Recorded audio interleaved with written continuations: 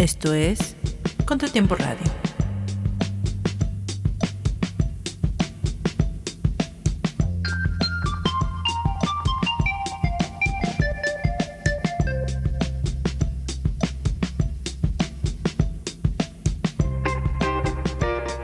WLPN, LP Chicago, 105.5 FM, Lumpen Radio.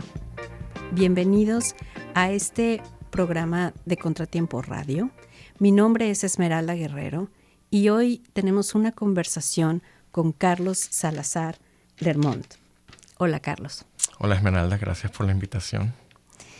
Muchísimo gusto. Carlos tuvo la apertura de su exhibición el 11 de mayo y vamos a conversar acerca de esa exhibición y también de la historia de Carlos como artista, como migrante y en un tema que nos une a todos como latinos y al mismo tiempo nos hace ver las vertientes que tiene cada uno de estos temas en las diferentes culturas y países. Carlos, cuéntanos, empecemos a hablar primero de tu exhibición. Va a estar hasta el finales del verano para Labor Day. Y el tema es muy interesante. Obviamente estamos aquí también para invitarlos. Y vamos a hablar de lo que Carlos está exhibiendo allá. Pero si nos cuenta un poco acerca de su historia, podemos entender cuál es este tema que él nos presenta en su exhibición. Sí, esta exposición que abrió el 11 de mayo va a estar, como bien lo decías, hasta Labor Day en septiembre y reúne varias obras de distintos momentos de mi vida. Una de ellas es de cuando yo estaba todavía en Venezuela, otras piezas que las hice cuando vivía en San Luis y luego hay otra pieza que está recién salida del horno, que es de este año. Y muestra un poco como esta continuidad entre distintas preocupaciones o intereses que he tenido como artista y como persona acerca de el impacto que tiene la cultura católica en la manera en que nosotros nos entendemos como latinos, ¿no? Eso es para hablar como más o menos general. Son 3 videos y una fotografía y va a estar en el Drawing Room del Arts Club of Chicago. Es un lugar que es privado, de hecho, se necesita ser miembro para verlo, pero si ustedes se ponen en contacto conmigo a través de mi correo, que es csalazarlermont@gmail.com, en Gmail, yo puedo hacer un appointment con ustedes y me encantaría abrir el espacio para ustedes, para que lo vean y para conocerlos también y así podemos tener una linda conversación. Muchísimas gracias, Carlos. Les recomiendo muchísimo esta exhibición que Carlos está presentando en el Arts Club of Chicago, porque abre una conversación muy interesante. Pero antes de entrar en esta conversación, me gustaría que nos contaras más acerca de ti. Carlos es venezolano. Él Correcto. tiene casi 10 años viviendo acá y llegó a Chicago, se fue a San Luis y regresó. Cuéntanos cómo fue que llegaste acá. Sí, correcto. Yo cuando vengo en 2016, en un momento en que ya la diáspora venezolana, esta ola masiva de emigración, había comenzado, pero todavía no se estaban sintiendo los impactos como se sienten hoy en día, ¿no? En ese momento, la dictadura estaba agarrando fuerza. Yo había trabajado en política resistiendo, pero en un momento yo vi que las cosas se estaban poniendo difíciles y decido, tratar en otro lugar, como todos los inmigrantes buscamos una vida mejor. Pero también decidí hacerlo de un modo, digamos, como tratar de hacerlo como un modo organizado, por decirlo de un modo, ¿no? Y consigo una beca para estudiar en The School of the Art Institute of Chicago, conocido como SIC. Y yo tenía mi licenciatura en artes en Venezuela, entonces vine aquí a hacer un dual degree con un un doble diploma, por decirlo, ¿no? Que es Arts Administration, gerencia de arte, e historia del arte. Entonces, bueno, es un programa de 3 años, hice mis 3 años, luego tuve algo que se llama OPT, que es como un año para los estudiantes internacionales para trabajar. Y luego, como yo lo que soy primariamente es artista, quise hacer también el MFA, el máster ya como en la práctica de estudio, ¿no? De arte. Y conseguí otra beca para ir a Washington University en San Luis. Y dicho y hecho, fui para San Luis, allá me casé. Y bueno, estuve un tiempo, me separé y me regresé a Chicago, que bueno, para mí Chicago es mi hogar aquí en Estados Unidos. Yo he visto varias ciudades ya de Estados Unidos hasta este momento y creo que Chicago es la mejor ciudad de este país y bueno, me ha acogido con mucho cariño y con mucha generosidad y bueno, estoy muy contento de estar de vuelta. Es cierto que Chicago nos acoge a todos los migrantes y tenemos oportunidades inacabables aquí, ¿no? Algo bien interesante cuando te estaba escuchando en este momento sobre cómo llegaste acá es que no importa cómo hayamos llegado, al final este movimiento migratorio nos hace llegar a las mismas reflexiones. Sí. Y cuando vemos nuestra cultura desde lejos, cuando vemos cómo nuestra cultura se traslada a otro país y se amplifica a veces, tenemos esa oportunidad de descubrir más cosas que antes no veíamos cuando estábamos en nuestros propios países. Ciertamente.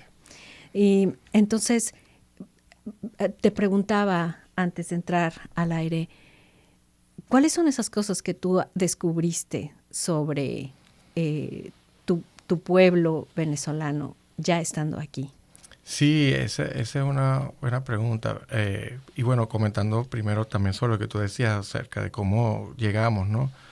Es verdad lo que tú dices y también yo creo que es importante uno es como estar un poco como consciente del privilegio. O sea, yo creo que yo me vine de un modo que no fue fácil, tuvo sus retos también, pero que también yo tengo que estar como consciente de que fue bastante afortunado y privilegiado en cierto modo y que tengo que entonces también estar consciente de que hay otras personas que han tenido que venirse de modos muchísimo más riesgosos y mucho más vulnerables, ¿no? Gente que ha arriesgado la vida para poder llegar aquí, ¿no? Que es una cosa que muchas personas que juzgan a los inmigrantes por las decisiones que toman no se dan cuenta de, o sea, lo que significa arriesgar la propia vida con tal de llegar aquí, ¿no? Yo, como me vine, digamos, una hora un poco más temprana, yo pude, ¿no? Tomar unas decisiones de un modo, digamos, que no puso mi seguridad en peligro de ese modo, ¿no? Y bueno, cuando yo llego aquí, yo llego a un ambiente, digamos, académico, donde es un ambiente internacional, de gente de muchas culturas. Pero yo subestimé cuando llegué aquí el impacto cultural, el cultural shock, lo llaman, ¿no? O sea, uno cuando se está yendo de su país, uno piensa como, bueno, en Roma haces como los romanos, ¿no? Pero no te das cuenta de que muchas cosas que para ti son muy naturales, que están incorporadas en tu comportamiento, no son realmente tan naturales, son algo que son propios de tu cultura.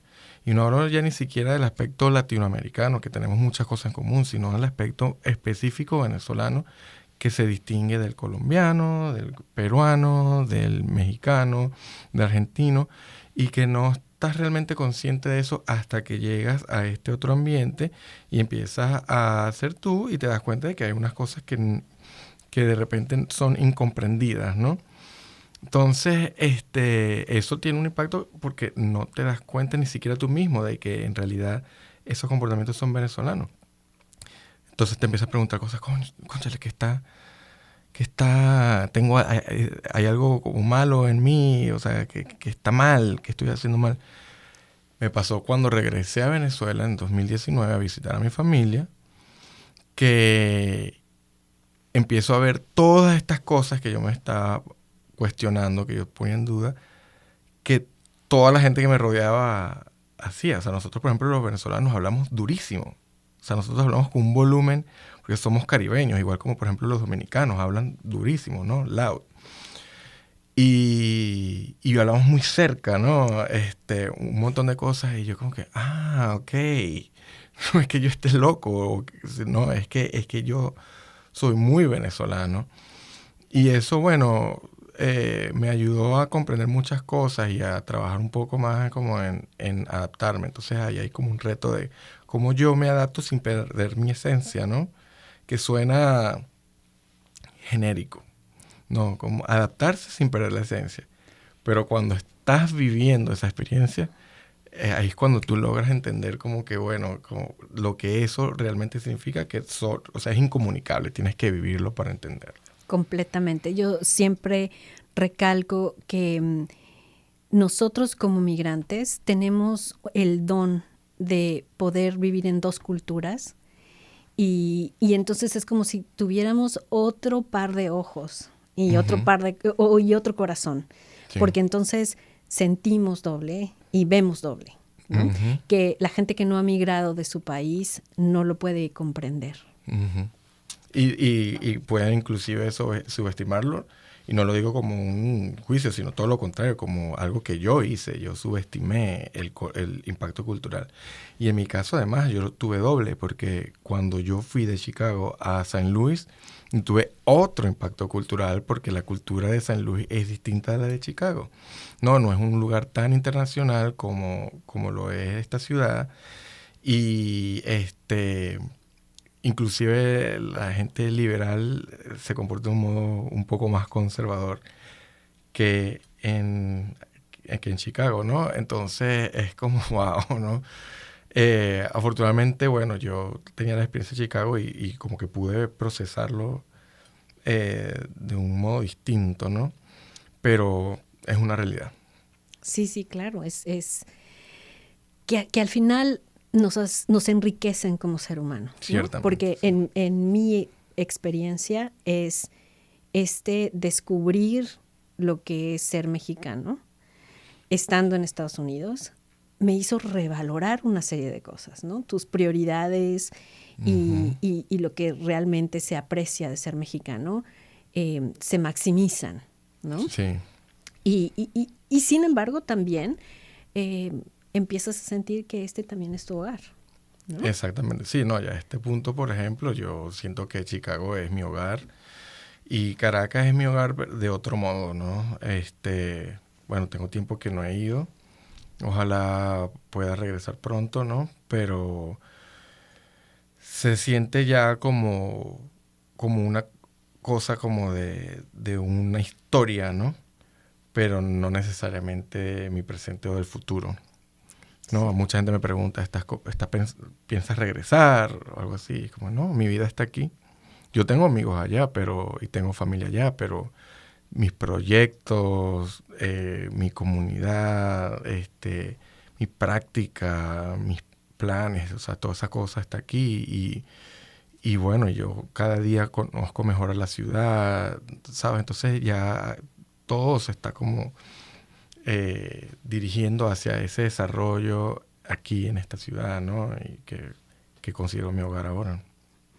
Físicamente, tus memorias están relacionadas con el aquí, ¿no? Tus memorias ya de hace unos años. Y es difícil, ¿no?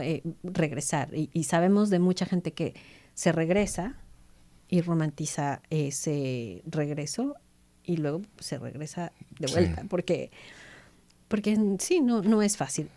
Sin embargo, eso me pasó a mí, por cierto. ¿Sí? Sí. Cuando fuiste a San Luis y regresaste, pero... No, cuando fui a Caracas, sí, yo estaba pensando, no, o sea, no sé si valga la pena todo esto, ¿no?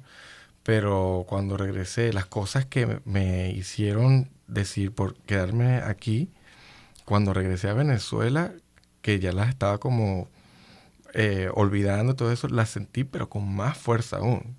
Y me hizo sentir aún más decisión, determinación por establecerme aquí. Ujú. Sí, sí.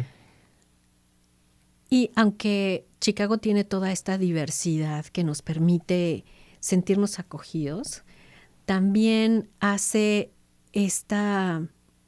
crea esta reflexión de, bueno, soy latino, y en mi caso soy mexicana, y veo la diferencia entre las diferentes nacionalidades, aunque todos nos llamamos latinos aquí, Sí. que ese es un término que es más bien utilizado cuando llenas una forma aquí en Estados Unidos. Sí, Hispanic. Ajá. Sí. Ujú. Que en México jamás lo hice, ¿no? Claro. Ajá, en México nunca pensé, sí, soy latina. No lo pensé.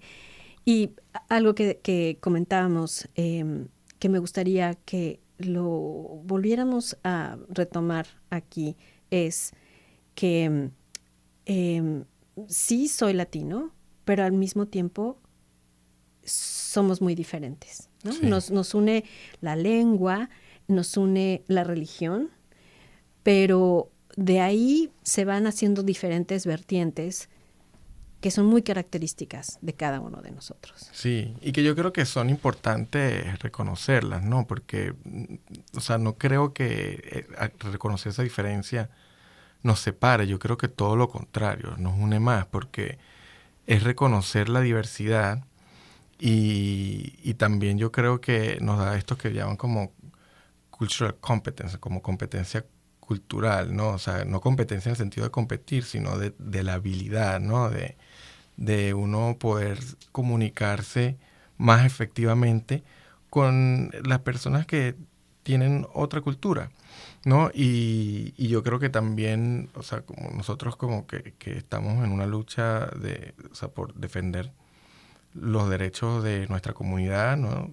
Yo creo que también ayuda frente a otras comunidades de otra cultura, visibilizar esa diversidad, porque eso también es una manera de que otras personas que tienen otra historia, ¿no? Distinta a la de los latines, o latinos, o latin, como lo quieran llamar, latinex, hay muchos términos, ¿no?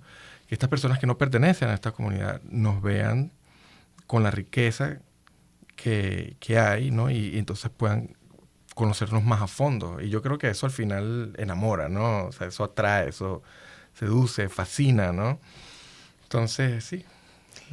Sí, y justamente cuando cambias de ese ambiente y que tienes la oportunidad de estar con otras culturas, aprendes un montón de cosas que antes no sabías.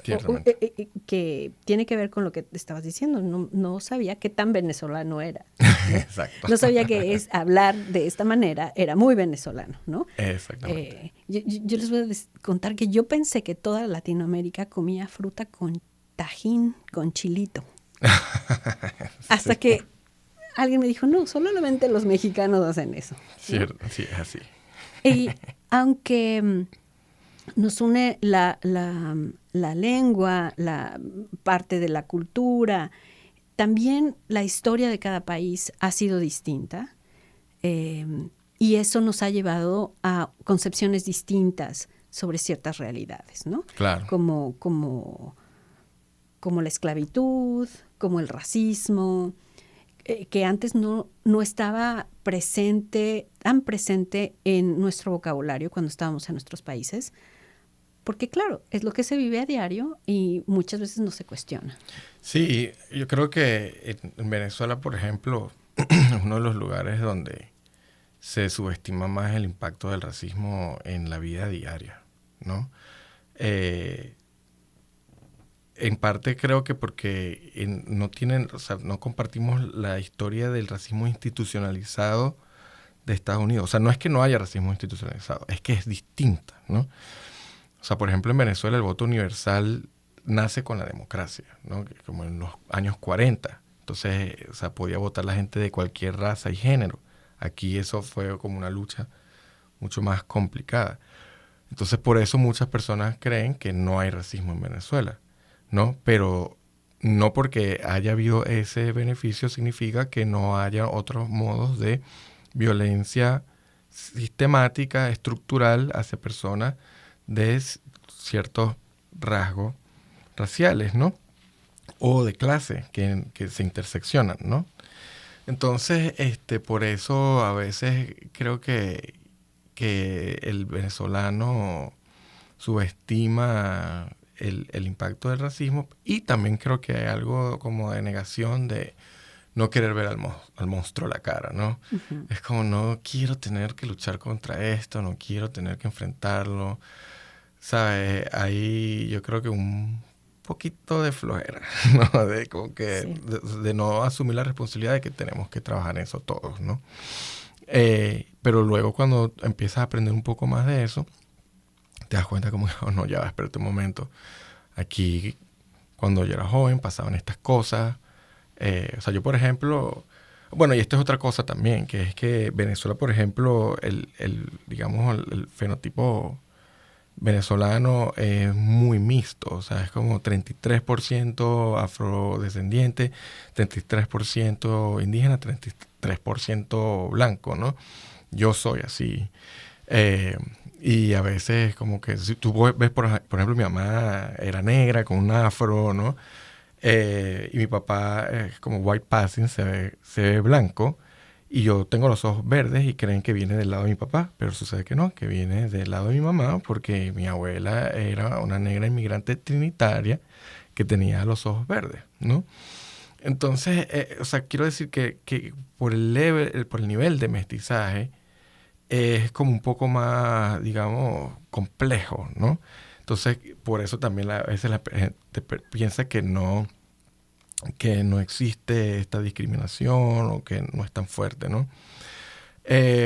Pero sí, por ejemplo, en el caso mío de mi historia, que comentaba fuera del aire, que tengo un hermano mellizo, que dice en inglés fraternal twin, entonces no nos parecemos tanto. Él tiene un afro, ¿no? Y él no tiene los ojos verdes como yo. Y nosotros nacimos el mismo día, los mismos padres, etcétera. Pero hay una diferencia ahí, ¿no? De cómo nosotros nos vemos, que afectaba la manera en que la gente interactuaba con nosotros cuando éramos niños. ¿Ves? Entonces ahí yo creo que, o sea, hay una experiencia que es innegable. Y bueno, mi mamá también, por supuesto, tuvo que lidiar con un montón de cosas. Siendo ella negra, ¿no? Y ella, por ejemplo, en su historia ella fue a Trinidad a vivir con mis tíos por un tiempo, donde casi todo el mundo es afrodescendiente, ¿no? Y entonces allá ella aprendió muchísimo de quién era ella, dónde venía, y empezó a desarrollar su autopercepción de un modo muchísimo más empoderado, ¿no? Ella empezó a desarrollar su orgullo, ¿no? Como mujer negra, porque ahí tuvo unas referencias, unos modelos que la dejaban a ella entender su valor de un modo en que en Venezuela no podía, por precisamente ese racismo que existía ahí, que a los venezolanos nos encanta negar. Sí, se parece mucho a lo que sucede en México, aunque de diferente manera. Y que es muy importante tocar el tema, traer a la mesa una conversación, porque si no, lo que ha pasado con nuestros gobiernos populistas es que toman ese tema que está siendo olvidado o ignorado y lo usan a su favor para empoderar a la gente que no se ha sentido empoderada y darle una falsa sensación de que está siendo empoderada, ¿no? Sí, bueno, ahí hay algo interesante que tú estás nombrando, que es como, luego como eso empieza a afectar la política, ¿no? Uh-huh.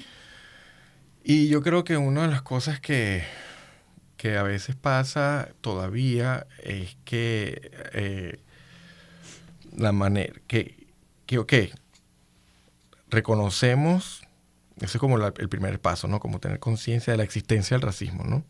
Pero luego el error sería como importar, digamos, las tácticas, la epistemología o los tratamientos, por decirlo de un modo, o la manera de abordar el problema en Estados Unidos y luego importarlo a nuestros países.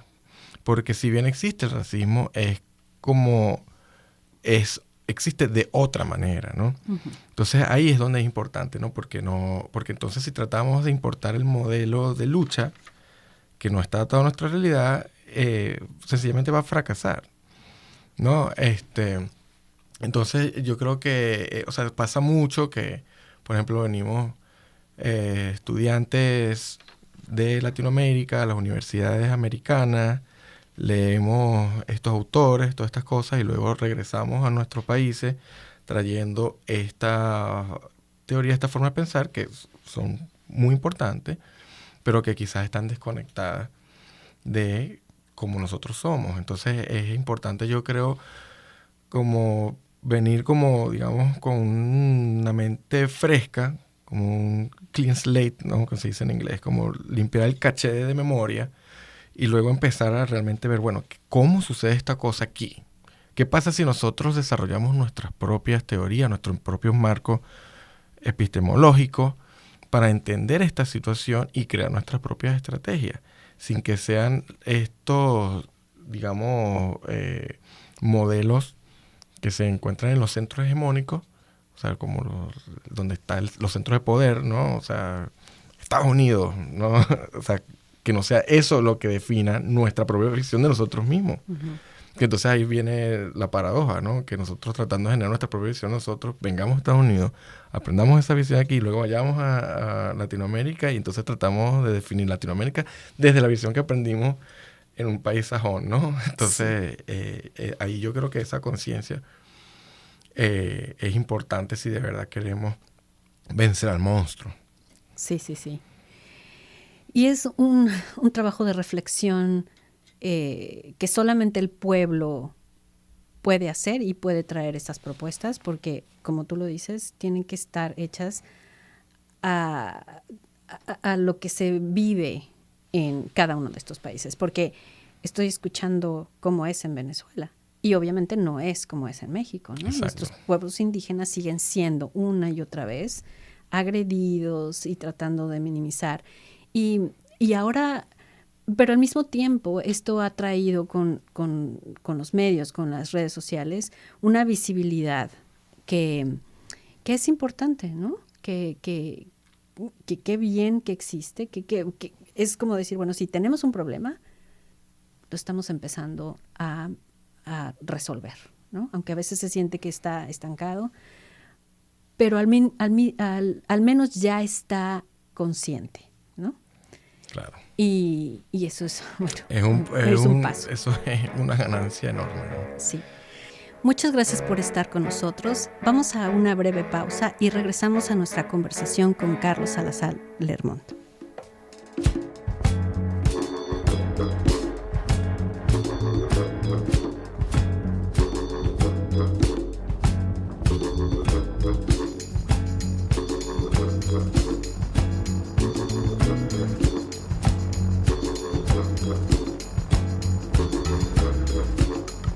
Estamos de regreso en nuestra conversación con Carlos Salazar Lermont. Esto es Contratiempo Radio. Ahora, pero esta visión que tiene Estados Unidos de Latinoamérica a veces se vuelve una visión romántica de lo que deberíamos ser, ¿no? Sí.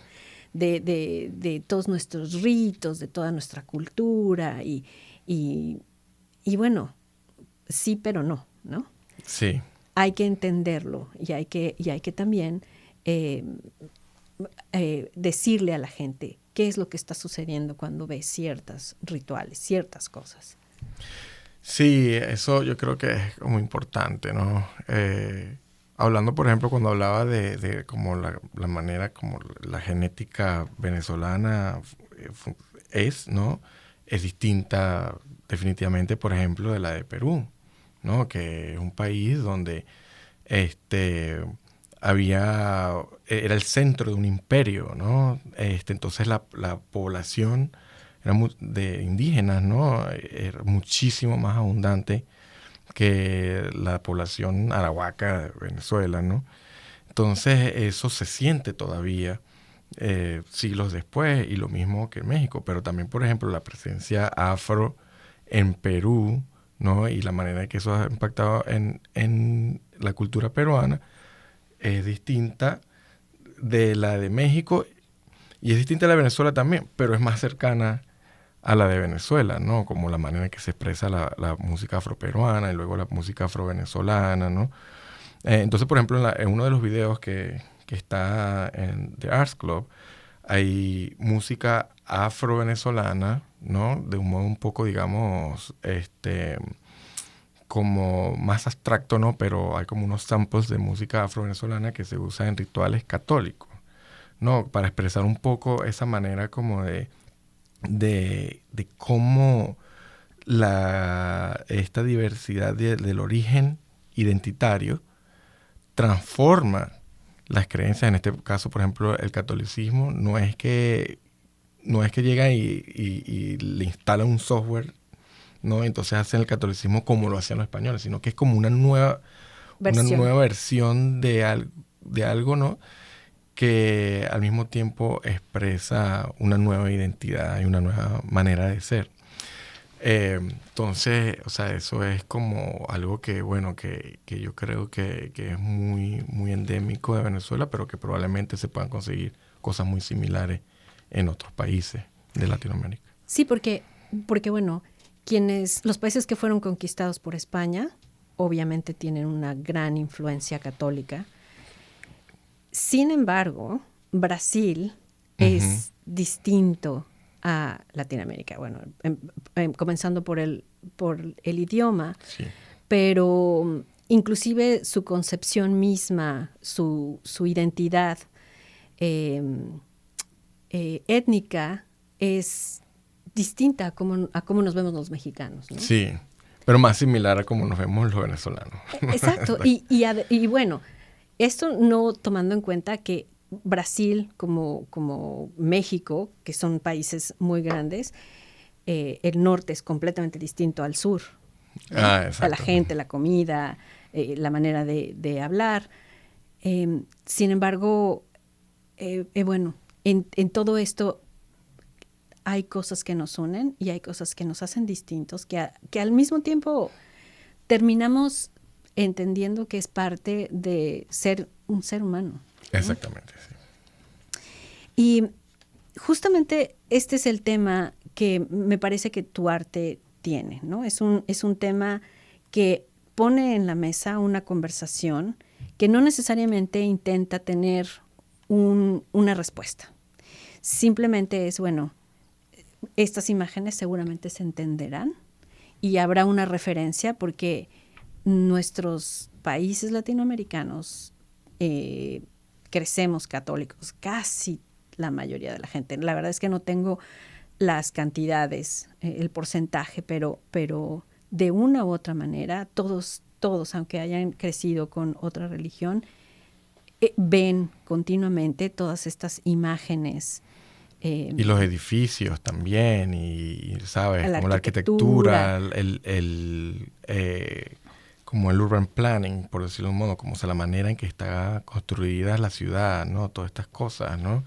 Que bueno, tienen como un origen muy complicado y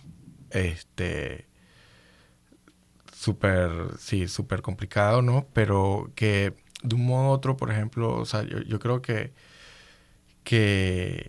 a veces como no ponemos el foco en las cosas que tenemos en común, ¿no? Como por ejemplo el idioma, la arquitectura. Una de las cosas que a mí me impactó mucho cuando llegué aquí, después de haber visitado muchos países en Latinoamérica, es como de repente la arquitectura es tan distinta, ¿no? O sea, las iglesias, todas estas cosas.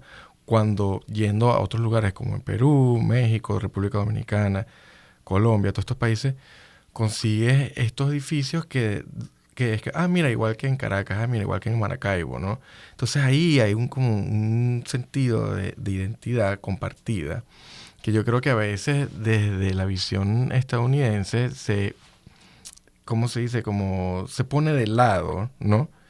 Y por ese poner de lado, de eso o sea, que vamos a estar claros, eso viene de una historia que es bastante cruenta y violenta, pero que en la actualidad es una parte importante de lo que nos conecta y nos une como latinos, ¿no?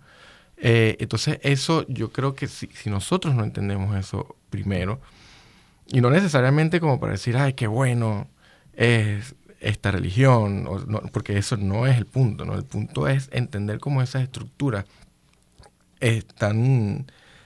subyacen en la manera en que nosotros como latinos nos comportamos, como entendemos nuestra política, nuestros valores, ¿no? Entonces, si nosotros no comenzamos por entender quiénes somos, en este momento no podemos entender tampoco a dónde queremos llegar o cómo llegar ahí, ¿no?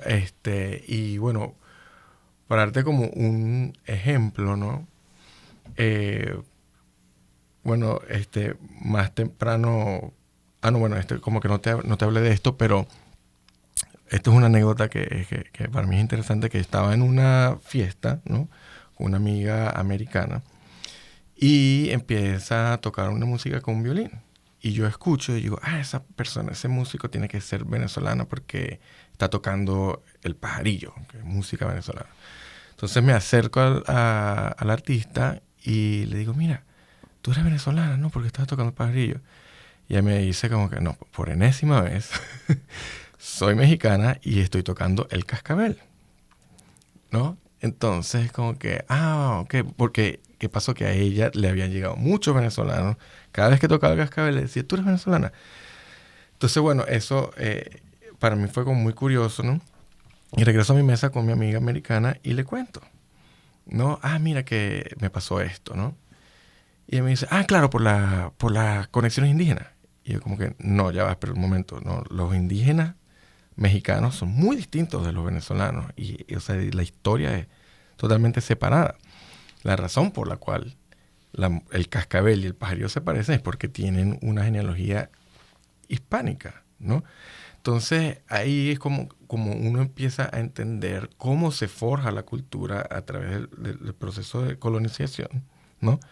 Que, o sea, no es que tengamos que dejar de lado el lado problemático de todo eso, pero que al mismo tiempo, si nosotros no entendemos cómo estamos conectados de ese modo, nosotros no vamos a conectar políticamente del modo en que podríamos estar, ¿no? Como región, como continente y como latinos. Y había otro ejemplo, por ejemplo, de cuando yo estaba en Venezuela, estaba trabajando con Partido Socialdemócrata, ¿no? Y yo, bueno, soy ateo, ¿no? Pero fui criado por una familia católica, ¿no? Y bueno, yo trabajaba con estas comunidades que están, digamos, o sea, bueno, para resumir, o sea, algunos de ellos vivían justo al lado de la quebrada, en una casa que construyeron ellos, ¿no? Que, ¿sabes? Una casa la quebrada es... como el arroyo, pues, el río, ¿no? O sea, en situaciones muy precarias. Entonces, ¿qué pasa? Que cuando tú empiezas a trabajar con ellos y ellos te empiezan a acoger en su comunidad, la manera de ellos expresar su cariño es decirte, Dios te bendiga. Entonces, como yo era ateo, yo le decía, gracias, ¿no? Entonces, el que era como mi director, ¿no? Mi supervisor, pero bueno, la relación no es tan fría así, es como más como un padrino, ¿no? Él llega y me dice, Carlos, ven para acá. La próxima vez que a ti una persona venga y te diga, Dios te bendiga, y tú respondas con gracias, tú y yo vamos a tener un problema. Porque esa persona, cuando te dicen Dios te bendiga, te está expresando su cariño y su amor. Y ellos te están recibiendo en la comunidad. Entonces, cuando tú vienes y dices gracias, eso es un irrespeto. Eso es como despreciar ese gesto. Entonces, a mí me importa un bledo qué es lo que tú creas. Eso es tu cosa personal, no me interesa. Pero cuando una persona te dice Dios te bendiga, tú de ahora en adelante vas a decir amén.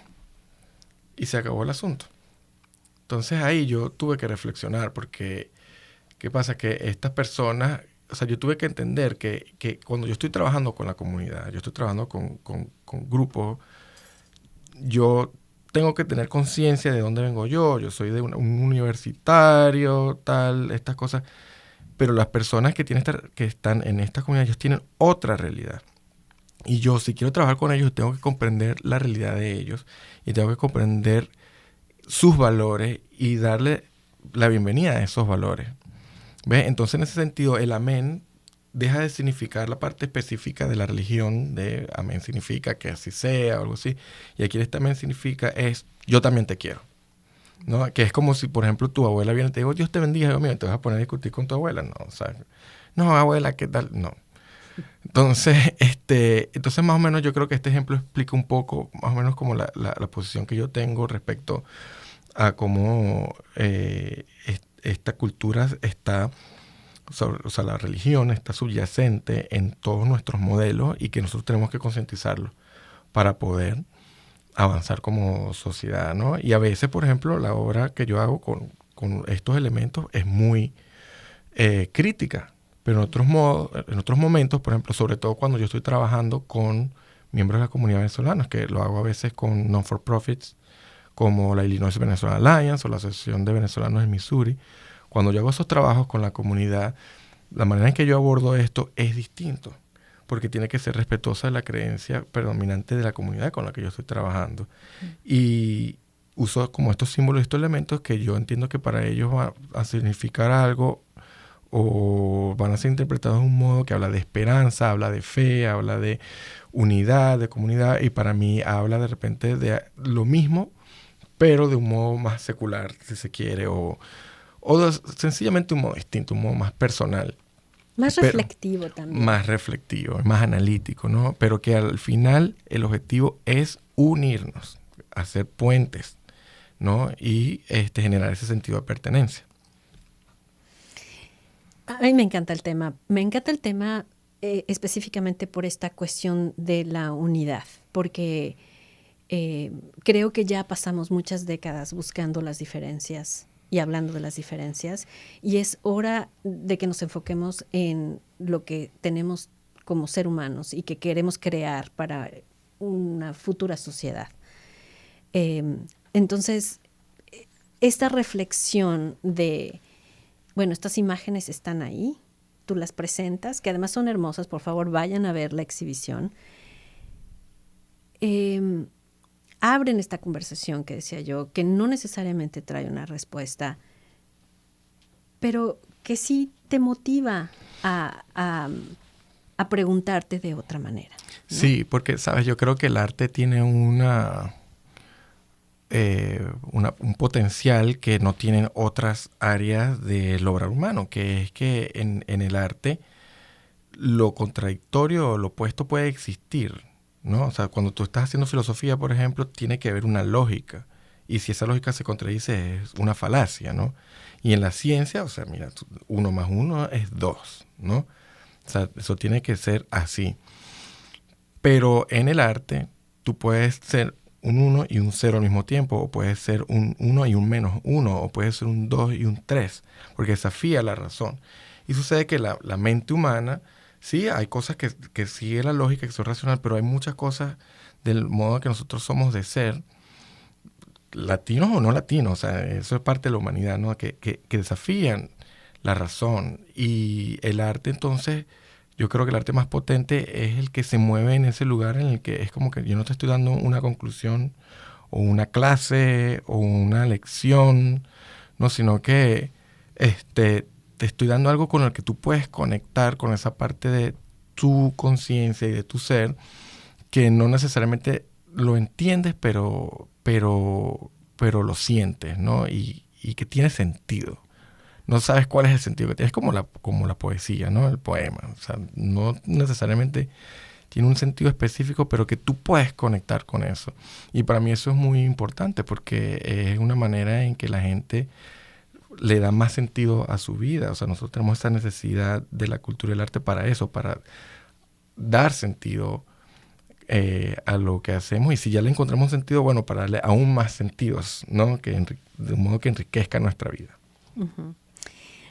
Que me parece que abrir este espacio entre lo binario uh-huh. nos permite la libertad de ubicarnos donde queramos del espectro. Sí. ¿No? Y esto suena a una conversación de lo binario sexualmente, pero en realidad es del pensamiento, es sí. de la espiritualidad, se puede aplicar en muchas otras áreas de la vida del ser humano, ¿no? Sí. Y que justamente da esta oportunidad para que tú sientas lo que quieras sentir.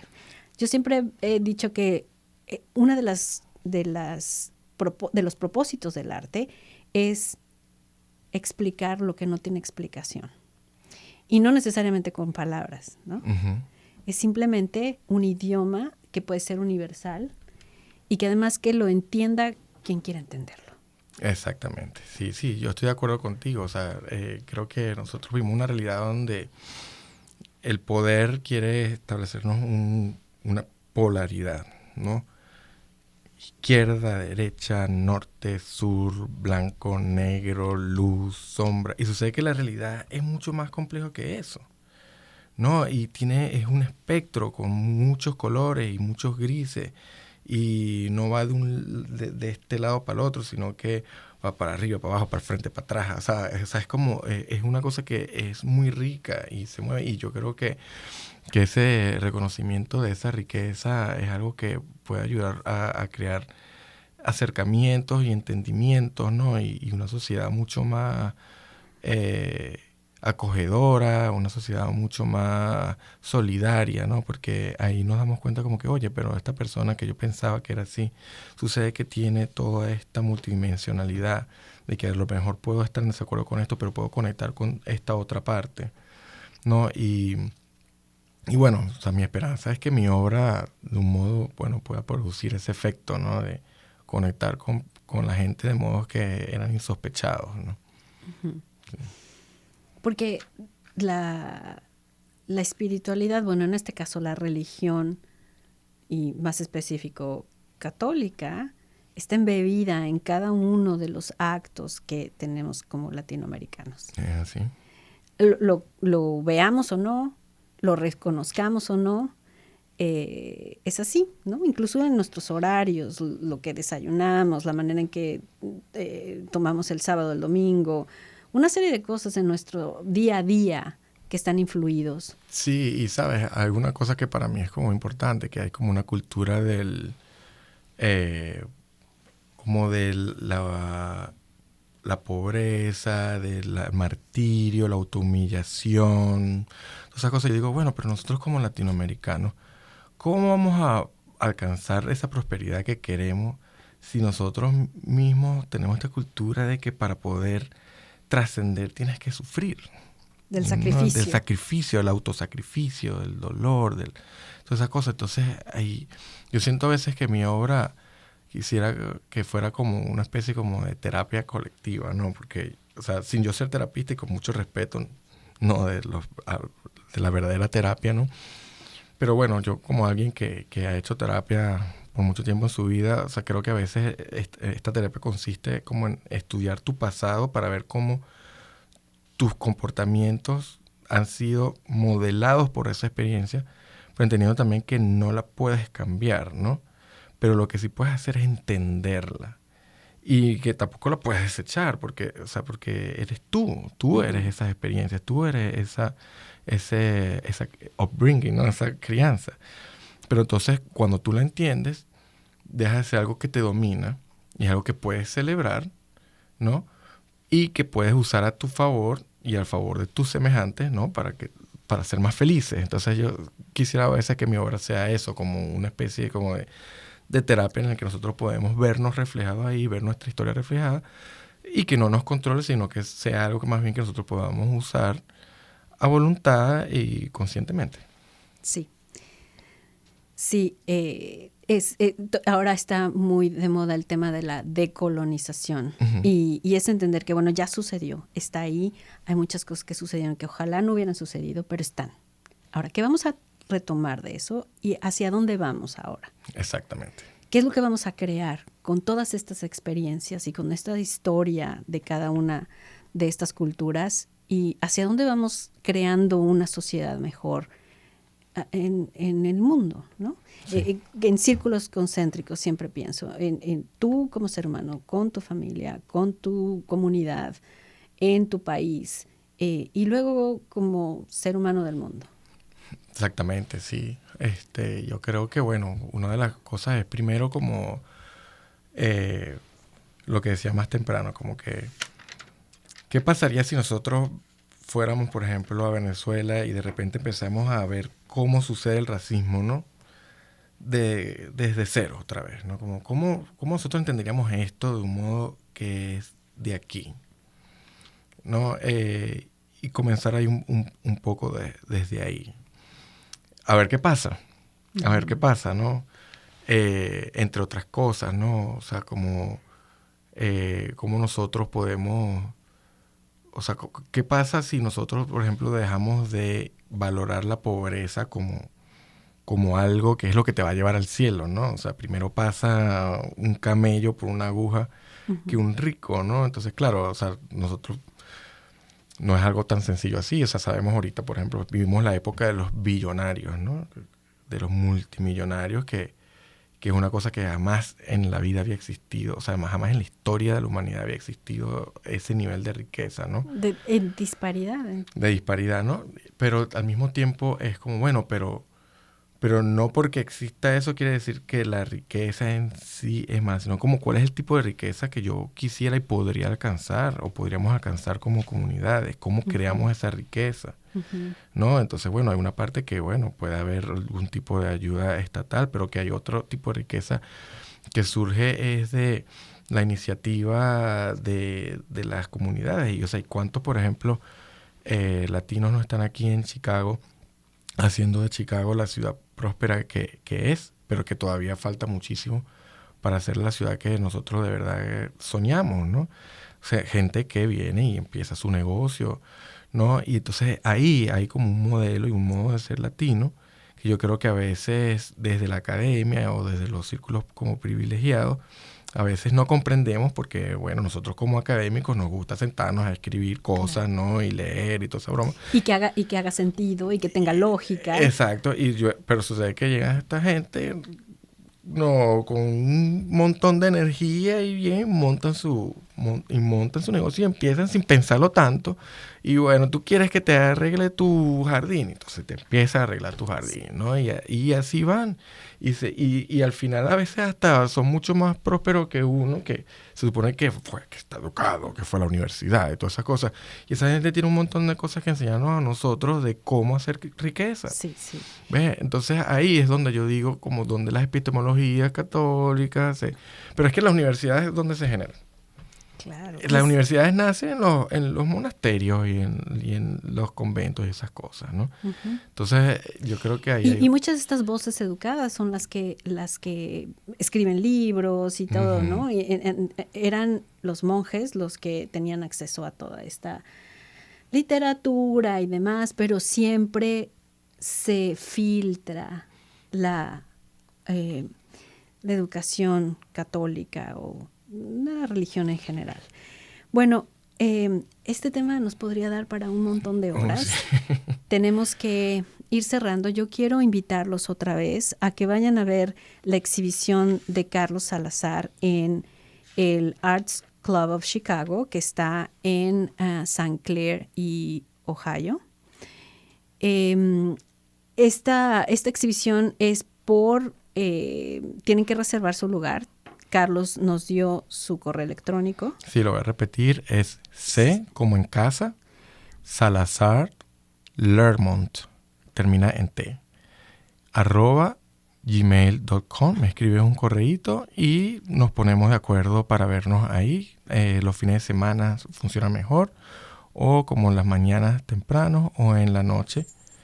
También funciona muy bien de martes a jueves. Y bueno, me encantaría conocerles.